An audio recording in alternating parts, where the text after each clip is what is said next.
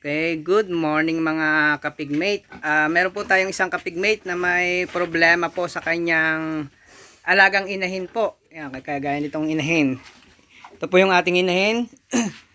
kasi mga kapigmate, mayroon pong problema yung ating isang kapigmate na paano raw yung kanyang inahin, nakalimutan niya raw po purgahin ng bago raw po pakastam. Pagkawalay daw po, hindi niya napurga, tapos naglandi na yung baboy, hindi niya po na purga mga kapigmate. Kaya ang tinatanong niya kung pwede raw magpurga pagkatapos po bulugan ng baboy.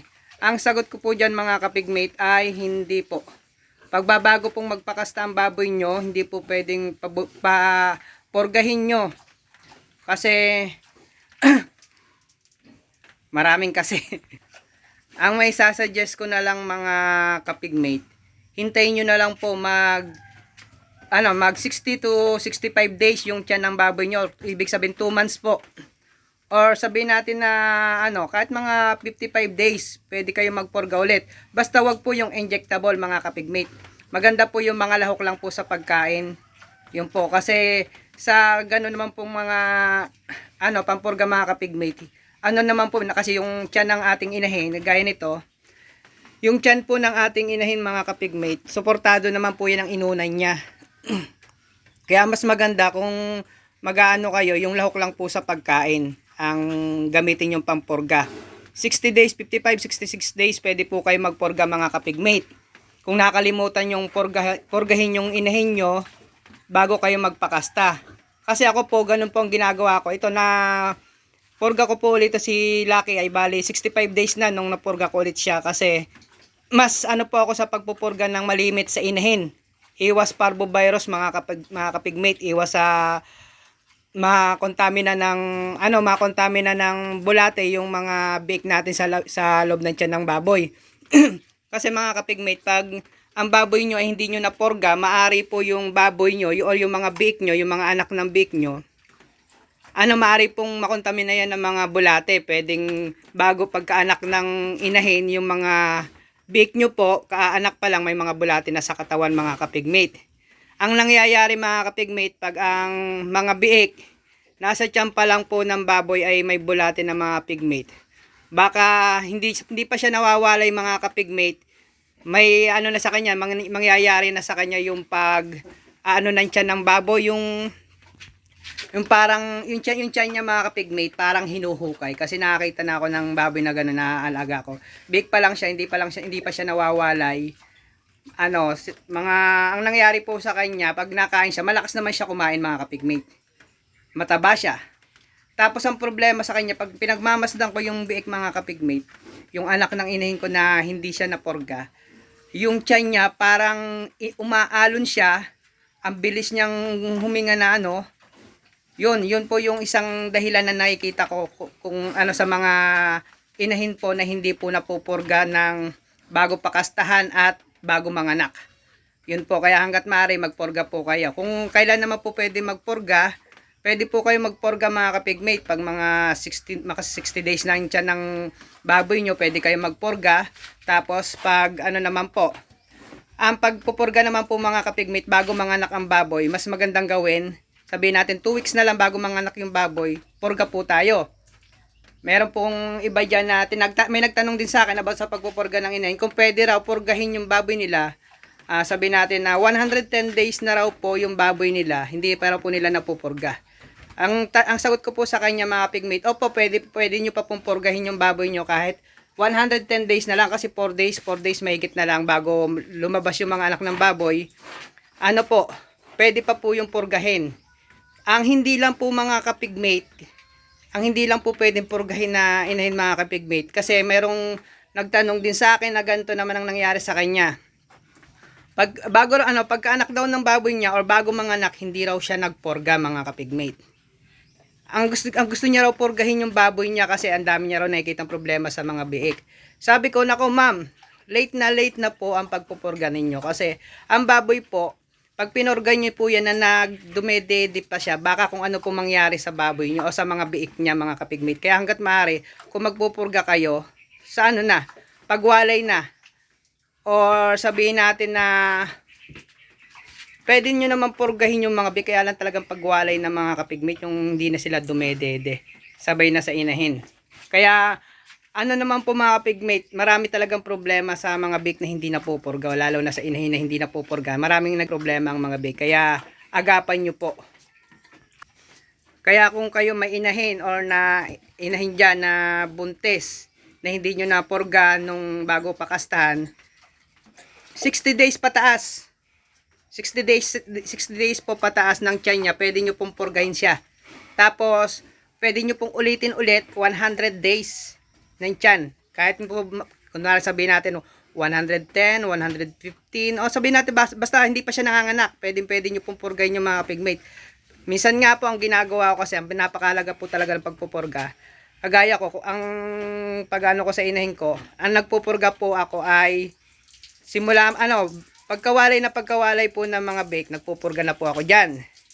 Pagkapurga ko noon, kasi base sa experience ko, pag napurga ko agad, mga ilang araw lang, pagkawalay pala, ilang araw lang, maglalandi ng inahin ko. Kaya pagkawalay, hindi ko po kinakalimutan ang pagpurga. Tapos, umuulit po ako niyan pag 60 days. Bale, 2 ulit na purga na yon. Pag dumating naman ng 100 days, 110, 105, ganyan, nagpupurga po ako. Maalin po sa araw na yun, nagpupurga po ako. Yun po ang ginagawa ko mga pigmate, kaya napakahalaga ng pagpupurga.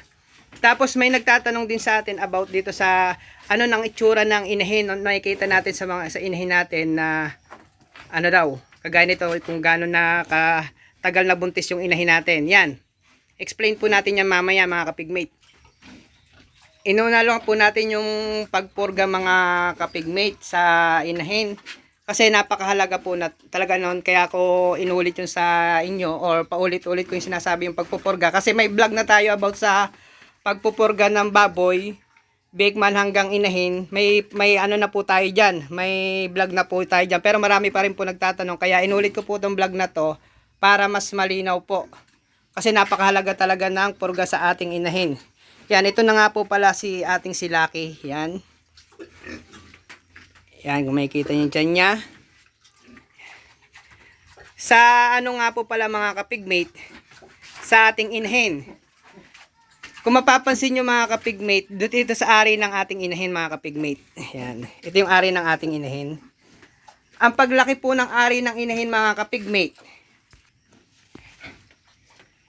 makikita nyo mga kapigmate, yung inahin nyo, yung mga bagong bulog, or sabihin natin 1 to 2 months, hanggang 3 months ng tiyan nila mga kapigmate.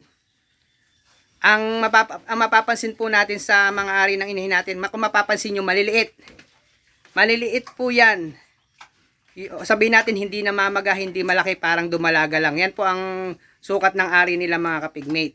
Pagbuntis po ha, pagbuntis ang inyong baboy. Pero pag dumating mga kapigmate, ang baboy niya ay umabot ng 90 days, 100 days yan. Basta nagsisimulang lumaki ang ari ng baboy natin mga kapigmate.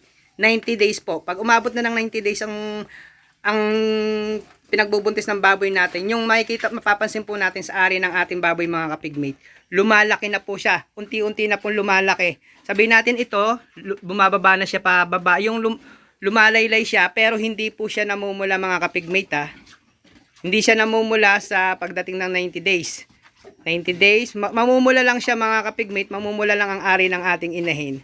Pag malapit na siya manganak, sabihin natin mga 1 to 2 weeks. Or sabihin natin 1 weeks na lang, may get 1 weeks mga kapigmate. Mamumula ang ari ng inahin nyo at lalaki siya, lalawlaw siya. Yun mga kapigmate, lalawlaw po siya.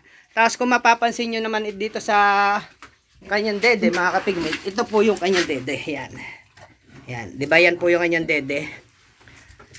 At ang pagbaba naman mga kapigmate ng ating patayin muna natin sila aking mga kapigmate ha. Ay, umiga na. Yan o. Yan. Ganyan po umiga si Lucky pag po siya. Kaya malalaman nyo talagang buntis ang baboy nyo pag dahan-dahan siyang pumababa paghihiga. Kung mapapansin nyo mga kapigmate, dito sa tiyan ng baboy mga kapigmate, ito, yung sa tiyan ng baboy mga kapigmate, mapapansin nyo siya, pag 1 to 3 months mga kapigmate, lang siya, 1 to 3 months mga kapigmate, ang tiyan ng baboy natin ay lumalaki lang. Minsan nga yung iba dyan hindi lumalaki, kaya kalimitan talaga pag tumitingin ako na buntis ng baboy.